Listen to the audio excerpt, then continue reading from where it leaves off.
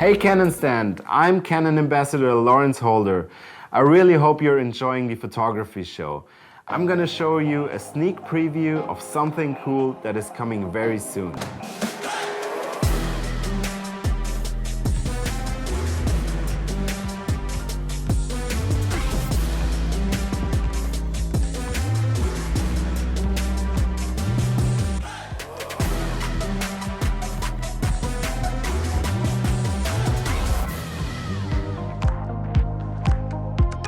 Hello and welcome to this photography show live stream. I'm Dan Mould, Technique Editor for Photo Plus magazine. I'm joined by Canon photographer Oliver Wright, who'll be running through his presentation, Incredible Local Wildlife with Starling Murmeration. We'll be doing a Q&A at the end, so if you want to pop your questions in the chat box, we'll try and get through as many of those questions as possible. For anybody that's tuning in from yesterday's session about astrophotography, we did run a little bit short on time, but I believe Oliver's answered as many of those questions as possible. So without further ado, I'll hand over to Oliver. Well, good afternoon, everybody. I hope you are enjoying the photography show. Big thanks to Dan there for introducing me. And I'm going to do a talk about discovering local wildlife. So Canon had asked me to do this talk, and obviously this year has been a little bit different. You know, if I'd have been doing this talk last year, I would have been showing you images from Ecuador and Poland and etc. But this year the focus has been local wildlife.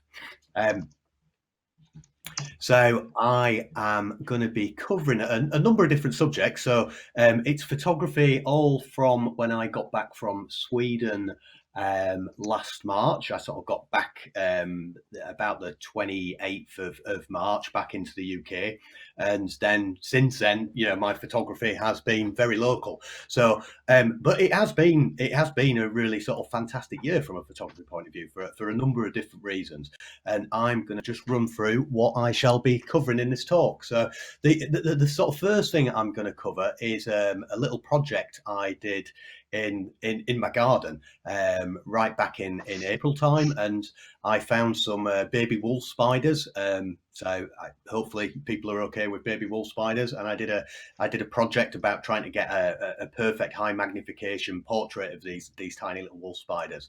I'm then going to jump to December, and I found these guys called globular springtails in my garden, and I started using some of the 8K functionality of the R5 on those, so I'll be covering those.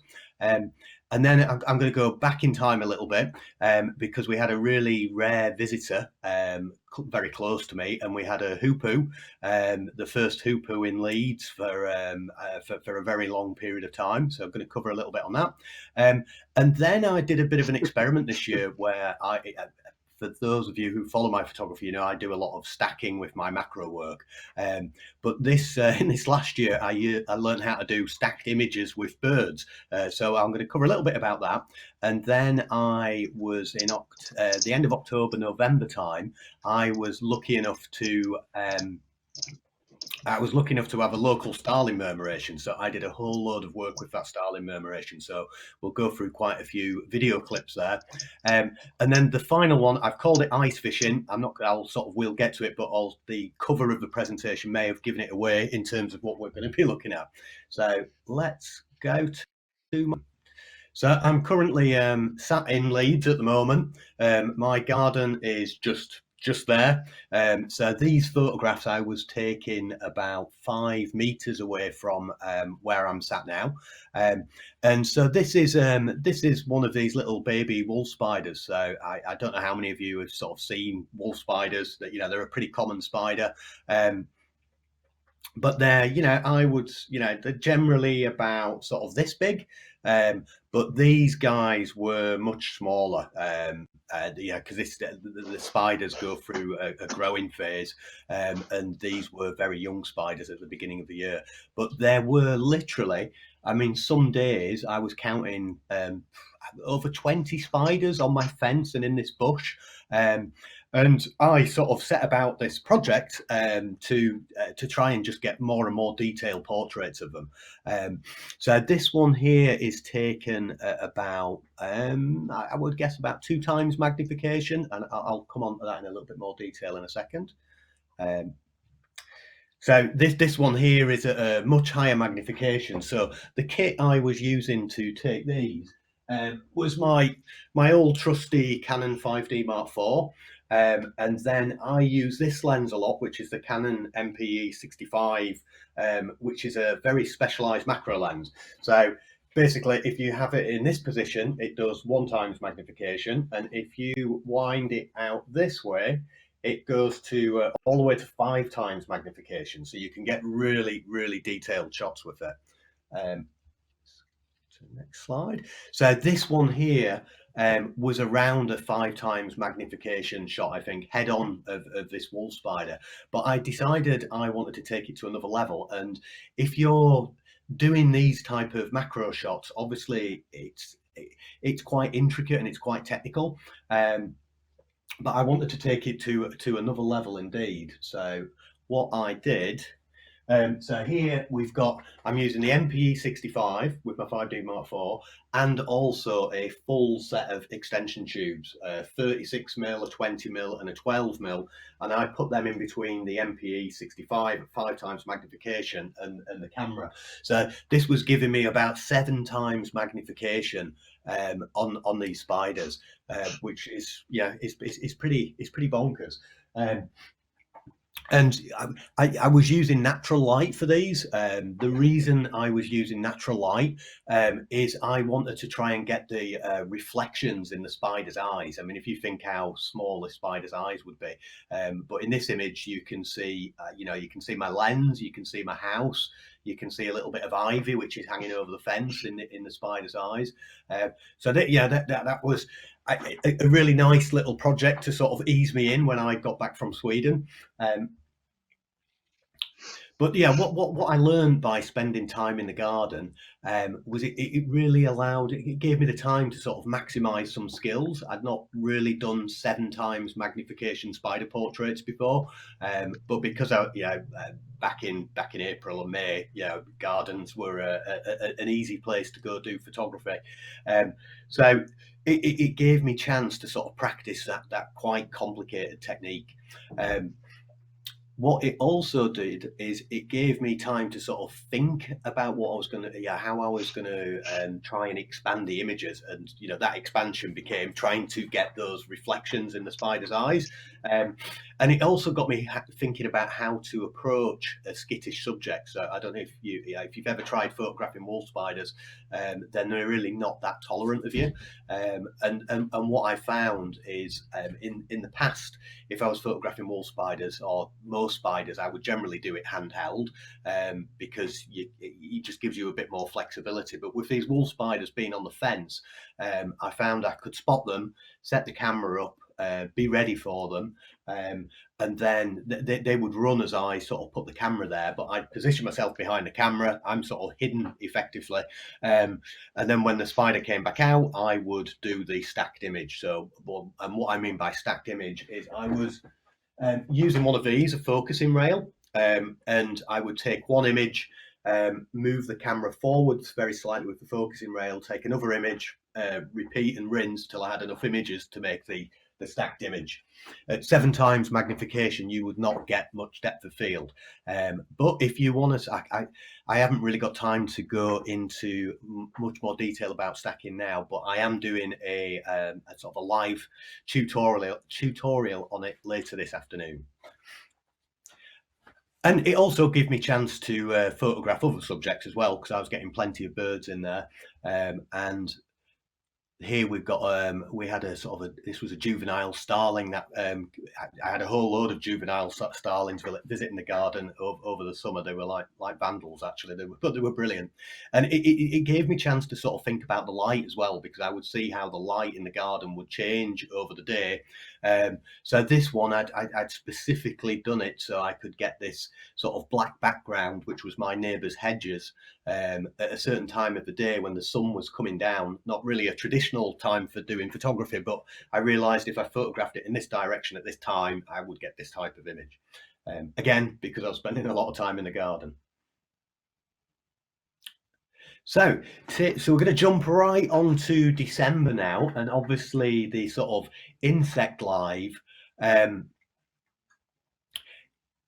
the insect life has reduced significantly in the garden, and I'd seen images from a lot of people out there of these things called globular springtails, and I'd never actually managed to find them. But I bought myself a big magnifying glass with lights, and then I started to find globular springtails, but these things are absolutely tiny. And this was when I started using the 8K video on the Canon R5. I got myself a Canon R5 in early autumn time. And I hadn't used the 8K video at this point, but I thought it would be very good for sort of making springtails better. So for these, I was using the Canon MPE 65 again at 5x magnification, and then I started filming them in 8K and then cropping into the 8K, so to make the springtails bigger, basically. So I've got a couple of very short movie clips, and so to give you an idea of the scale, this is a match next to the springtail. So I'll just play this very short video. So these video clips that you're going to see, I've put them. I have them out on the web in 4K, but you're seeing them in HD here for streaming purposes. Is that one working properly? Just press the play button again. So unless it goes through to the other one.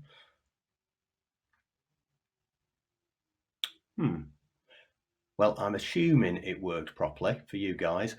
So here's another globular springtail. So this one again, I had done the video in 8K, and then I had sort of cropped into it nearly 100%. So effectively, I was getting a 4K output at about 9x magnification. So this is another globular springtail on my garden fence, and I'd put a 5p piece next to it.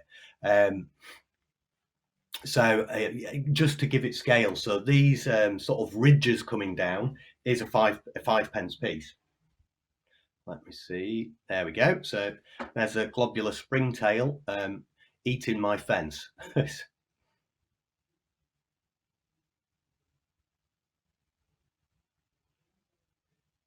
Again, all of these movie clips are quite short.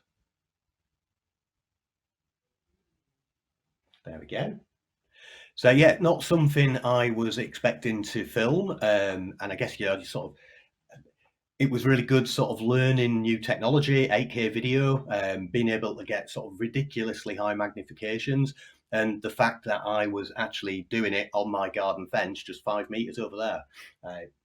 So let's jump through to the next section. So yeah, this is just really about, this is just a very short section. So this was a hoopoo that turned up at Collingham Cricket Ground, and it was so the hoopoos would be flying south, and they'd be flying south to Africa.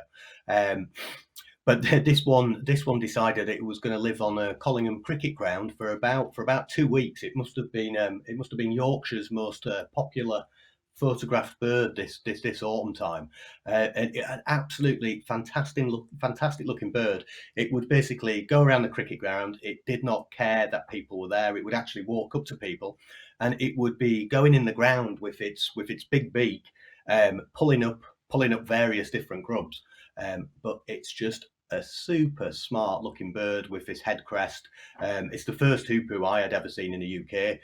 I had seen them before. In fact, I'd seen them the year before in Poland, and I've seen them in Namibia before. But yeah, I was not expecting to see one in Leeds this last autumn. But then this got me thinking as well, because it kept on doing this with these grubs, going down, picking them out, throwing them up, catching them. which was great for doing stills.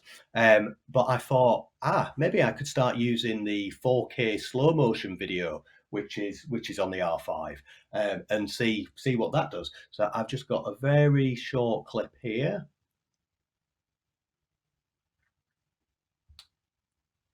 of a hoopoe feeding in 4K. So the one you're seeing here is not 4K, again for streaming, but I do have this on my YouTube. And it would basically be using its beak to go into the grass, find these grubs, and then it would characteristically just sort of throw them up and gobble them down. Okay. So that was the short section on hoopoes. But what I did find when I was photographing things like this hoopoe, I did another piece with little owls as well, using the Canon R5, something that was totally different to how I'd done previous photography. So with the 5D Mark IV, if I was focusing on that hoopoe, I would be generally, moving my focus point about trying to get it onto the bird's eye. With the Canon R5, basically, I'd go in the menu system, change the focus onto spotting eyes, and then you can tell it that you want it to spot animals' eyes, and it just does it for you. It is quite incredible. So that is one big difference there. So then my a project I did this winter was learning how to get stacked images with birds. Now, I am by no means saying here everybody should be doing stacked images of birds, because it's a little bit of a novelty, but it was a bit of an experiment for me. So I've got some feeders which are set up in some woods, a couple of 100 meters that direction. And in there, I get robins, blue tits, long-tailed tits, etc. It's a really nice spot just to sort of sit down and photograph birds. And while I was doing this, I was sort of thinking, I wonder if I can get sort of stacked images of birds. So if I skip forward, so this is a single shot of a robin, and you can see, only a part of the bird is in focus. And then if I go forward, and then this is a stack shot of a robin. So basically now pretty much the whole bird is in focus. I mean, if I just go back one, here you can see like the front leg's in focus, but the back leg is out of focus. And then if I go forward again, both legs in focus, pretty much the whole bird. And there was a number of advantages to doing this. One is it just gets its sort of super sharp bird, but in that area as well, the backgrounds are quite, there's a lot of branches, etc. But I could shoot this with a fairly wide aperture, and therefore, the background sort of becomes much more blurred. But then I also did this with kingfishers as well. A friend of mine, Mark Hughes's kingfisher site, which is just up the road. Oh, sorry, I've got one more robin. I forgot that. So single shot here, and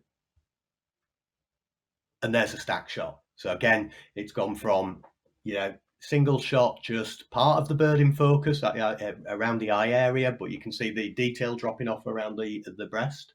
Back to this one, nearly all of the bird in focus. It gives you this crazy level of detail. Now, I'm not saying that it's a right or a wrong. It's just learning another technique I could use in photography, which may be applicable in certain situations. So I then took that onto with kingfishers. So here's a single shot, the eyes in focus, but with kingfishers, especially if you're using long lenses and I'm in a hide here, I'm quite close to the bird, so my depth of field is very shallow. And again, I don't want to be shooting at f/13 because I'm not really going to get enough shutter speed, and the background's going to start to become too visible. So I did a stack shot, and I'm going to talk you through how I did these as well. And then boom, a ridiculous level of detail on the kingfisher. The whole kingfisher's in focus, which I had never been able to do before using the R5. I had thought about it, but it wasn't possible. So I did here again, another one, single shot, boom, and the whole kingfisher in focus. There's a stack shot. So how did I go about doing that? So basically, I was utilizing the focus bracketing functionality on the Canon R5, and I'm going to go through that in more detail on the other talk, but I will cover this off as well. So just here, so yeah, utilising the focusing bracketing. Best using a tripod and a remote release. That was certainly easier, and that's what I did with the kingfishers, but that wouldn't have worked with the robins. So in the camera, I would set focus bracketing, and basically what the camera is then going to do then is you tell it where you want it to start, and it will take a number of shots, and it will move the focus of the camera lens out. So you will get a number of shots where the plane of focus has moved through the bird. So what I would do, what I did with the kingfisher, is I'm looking on live view on the back of the camera, like I say, on a tripod, everything set up. As soon as the kingfisher had sort of perched, I touched on the back of the kingfisher on the screen, and then I hit my remote release, and the camera would just like really fast. It'd do 20 shots in a second. So as long as the bird was paused during that period, you would get the images for the stack. So different with the robin though, because they were flitting around too fast. So I was sort of setting a point on the screen where I thought it would be, looking through the viewfinder, wait till it paused, jump, take a shot. So yeah, it really is you sort of at the mercy of the bird not moving, which was key. And then that would just give you your images, which you then have to stack in software afterwards. But I'm going to be covering that off in a demo later on today. Oh, so we'll move over to the Starling murmuration piece. So yeah, I had this sort of fantastic I basically I'd taken the dog out for a walk near Fairbairn, and I'm like, oh, it looks like a Starling murmuration in the distance, and that was at the beginning of November, and all the way through November and December, I was every night if I could, I would just dip down to Fairbairn and I would either video or do some photography of this local Starling murmuration. So, and I started off, I'm basically taking stills of the Starling murmuration, and then I quickly sort of started thinking, I need to be doing this in video, really. But I also sort of try to use things like the moon to sort of create something different. So yeah, here you've got the Starling murmuration flying past the moon. I mean, for this one, I was using for all of this, I'm using the Canon R5. But I was then using the 100 to 400 version 2 lens, the L version. Brilliant lens. So when I was doing these moon shots, I was using that. But for the rest of the shots, I was using my 24 to 70 version 2. And I also got into pulling stills out of the 4K video as well. So that's a still from a 4K video. I'll talk about that a bit more in a second. So I've got a number of they're pretty short video clips. They're all sort of 30 seconds, maybe one's a minute. So this first one I'd started, I was doing these in 4K normal frame rate, and with that you get sound. So I will play this first one.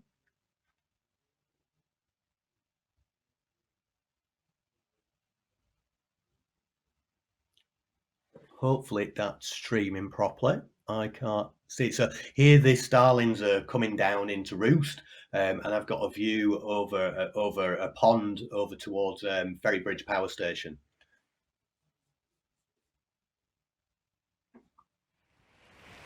I can't hear any sound there, but hopefully you guys can. The noise when the birds come down to roost in the reeds is pretty incredible. And basically there was about 50,000 birds at Fairbairn, and they were all, they would fly around, and sometimes if there was predator birds around, they would pull these amazing murmuration shapes, and then they would all come down to roost. And because I was there for some time, I started to learn where they were coming down to roost. So some of the times I was really lucky, and they roosted right in front of me.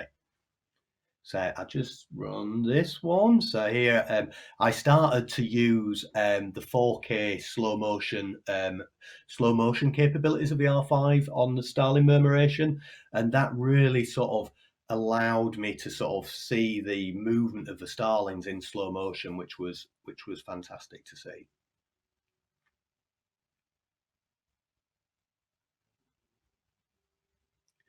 Here they almost look like nanobots coming out of a Ferry Bridge power station.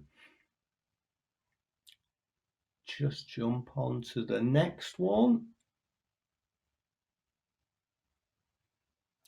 So, and then the Starling murmuration moved, and this one was taken on Christmas Day, and this was by far the best Starling murmuration I saw out of the whole of November and December.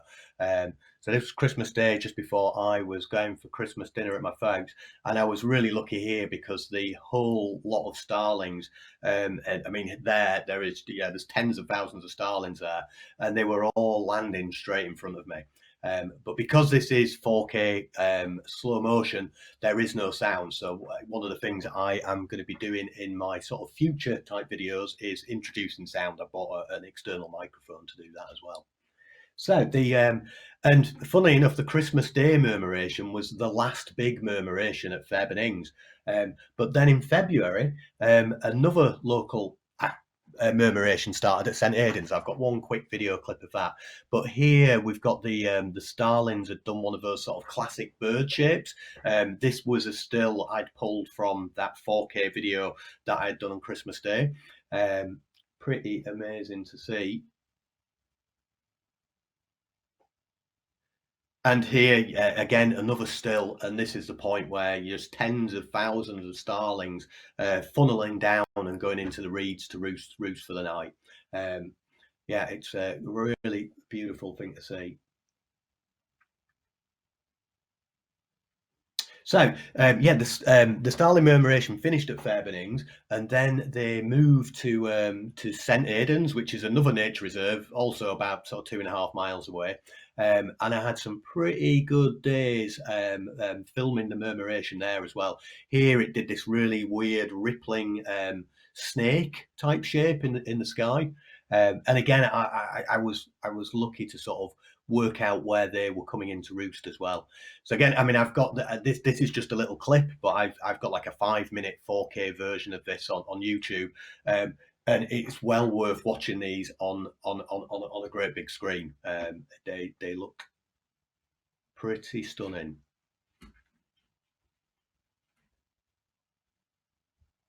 Okay, let's skip onto there. So we're on to we're nearly onto the last section. But what I learned with the Starling murmurations, for me, I found that it worked much more effectively doing video clips, and I've done I did hours of video work with those Starling murmurations. And what I also found was that actually, if I did want to still, I could just pull frames from the 4K movie anyway, and they would work really well. And what I found that definitely my favorite combination for doing these videos was the Canon R5 and the Canon EF 2470 f2.8 version 2 lens. I found the EF lenses have worked flawlessly on the Canon R5. They really have worked well. But one of the things I found, and I guess it's like with all wildlife, is the more time I spent with them, the more I sort of got to learn what the starlings may do. And my position was really key as to whether I could include the moon, the sort of power station, where the sunset would be, get reflections, etc. And I really had to think about where I was going to place myself that evening to do that work. And another thing I found is the location of the murmuration, i.e. the bit where all the starlings are up in the sky, and the roost, the bit where they were coming down, was very variable indeed. So some nights I'd go and it wouldn't quite work. And there was a time for normal video, and there was a time for slow motion as well, which is why I ended up doing both. But in the end, as well, another key point is I started off doing these on tripods, but in the end, I preferred the flexibility of just hand holding the camera and using a camera strap around my neck and pushing it tight, and that just gave me a lot more flexibility for producing the videos. So last section, ice fishing. So a friend of mine, Mark Hughes, so we had a really, I mean, I think the whole country had a very significant cold snap. Was it back in January? I think it was back in January. It might have even been early February, but we had a couple of weeks of real cold. And my friend Mark was like, I think there's opportunity. We might be able to get, we might have the opportunity of photographing the kingfisher diving through a hole in the ice. And he was like, would you be interested in doing that? I was like, absolutely. And had this absolutely amazing morning of watching this female kingfisher diving in and out of a hole in the ice. Again, so here I was using the Canon R5, and I was using it with my very old Canon 300mm f2.8 L lens version 1. But again, it worked flawlessly, and the 20 frames per second of the R5 and being able to really push the ISO on the R5 as well meant I could get really fast shutter speeds. And the fact it was taking 20 shots a second, it gave me the opportunity to, every time the kingfisher dived, get a number of different images from there. This one seemed to be everybody's particular favourite.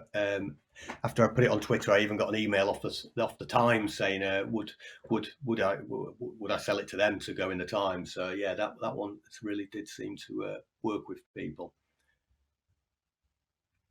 So that brings me to the end. So key things I've learned discovering local wildlife.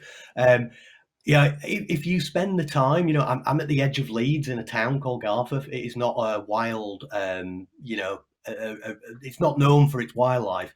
But I found, I realised how much wildlife there is around here. I mean, none of the stuff I've shown you in this is anywhere further than about 3 miles from my house. And I've been spending so much more time at local areas. I've used social media a lot. I wouldn't have found that hoopoo without social media, and some of my contacts that I've built up over time. But what I really found is, I've spent more time doing photography and improving my skills with less time traveling. So, things like what I've learned with the 8K video, etc. I'm really excited to take all of that out further afield this year when we can. It's given me much more time to try new things and to develop new skills. So at that point, I'm going to hand back over to Dan. And hopefully we should have some questions. Hi there. Some really insightful stuff there. Yeah, thank you for that. Some awesome pictures and video clips, and some things that I never even thought about, like using video for the purposes of extracting still images. So we've had loads of really interesting questions. I'll try and rattle through those as quick as possible. If we don't have, if we run out of time and we haven't been able to answer yours, you can click on the Canon link below, and you can ask a chat there, and they've got all sorts of experts that will be able to answer. So I'll just try and get through as many of these as possible with the time that we've got left. So Mo Lee says, bird photography is so difficult. What are your go-to settings for birds on the ground? Forget birds on the ground. So it sort of depends how much light there is. I mean, with the Canon R5, yeah, I've no problem at shooting ISO 1600. There is no real noise on that camera at that. So I would do that so that it's effectively making the sensor very sensitive to light. Probably be shooting at something about f4, and then whatever shutter speed I required. I mean, if I'm hand holding, I would have image stabilization on, etc. So aperture priority? Oh no, I would be shooting in manual. Right. Yeah, I'm a bit of a.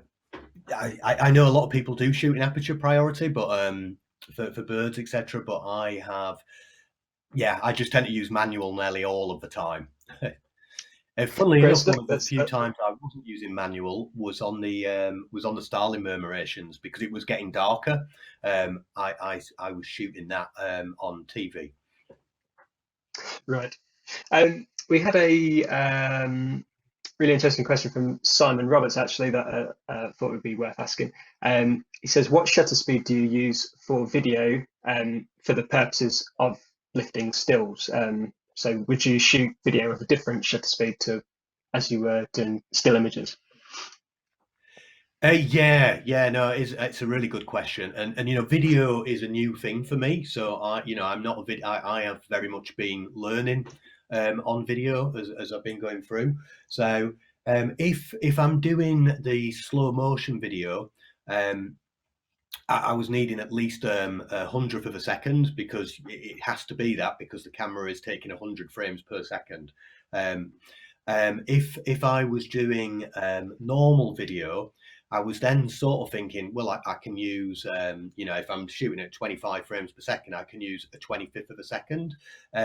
But actually, you can. But if you're videoing something that's moving quickly, you would get the same motion blur that you would if you were doing a still. So you need to be using a shutter speed, and you might want that effect, but you have to realize that is an effect that you're going to get. So I was doing some video work of common lizards just last weekend, of them yawning and doing various things.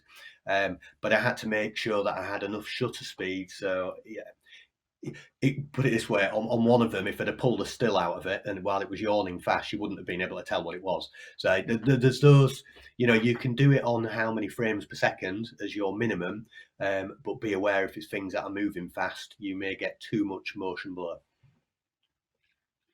And does that make the video unusable as a video? You're solely using that for the purposes of extracting still images. Is that correct? Yeah, I mean, because you do want some motion blur, but I'm not an expert on the video side. It might be, if that doesn't answer the question fully, it might be one to ask to the Canon technical guys. Right. Yeah. Good point. So we've got another question from Yvonne Barlow. She says, I have the same 65mm macro lens that you use, but finds it a bit of a nightmare to use. There's no specific question, but I just wondered if you had any tips that might make it a bit more easy to use, perhaps. Yeah, I mean, the MPE 65 does have this reputation. I've spoken to a number of people who've bought it, used it a little bit, and then it's sort of in a drawer collecting dust. But the thing is, I would say with the MPE 65, is just to continue practicing with it, because it is quite a challenging lens, and the thing is, even at 1x magnification, your depth of field, even if you're shooting at like f9, is so thin. So it is a lens which does lend itself to doing stacked images very well. You can use flash, but then flash is sort of does tend to dominate images in various different ways. So it's one of those ones which it is just practice. I mean, one of the things I did is I practiced with that lens a lot at home. So I would use things like, I'm just grabbing, feathers, things like that, popped in a clamp, and I would just practice on those. The other thing with it as well is you need to hold that lens very steady as well, because there's no stabilization on that lens, and as you go into the higher magnifications, that issue is magnified as well. So you need to sort of get your head around that. But the key thing is just practice. Presumably that's where the R5's in-body image stabilization could help. Yeah. I mean, it does help with the MPE 65 for sure. You can get away with slightly slower shutter speeds with the MPE 65. Cool. We've got a question from Sally Hammond. She wants to know when do the murmurations stop and which month?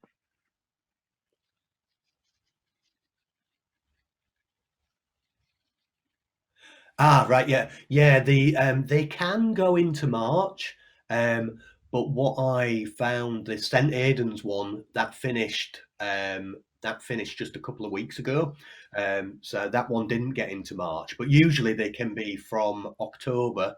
The birds will start murmurating in October, and they can murmurate all the way through to March. But then it just depends what happens. So the murmuration that was at Fairburn, there was a big flooding there just before Christmas, and I don't know if it was that flooding that did it, but the birds stopped murmurating there totally, very quickly after Christmas. So I don't know whether the murmuration I was then videoing at St Aidan's was those same starlings or not, but if you're really lucky, you can have one going all the way from October all the way through into March.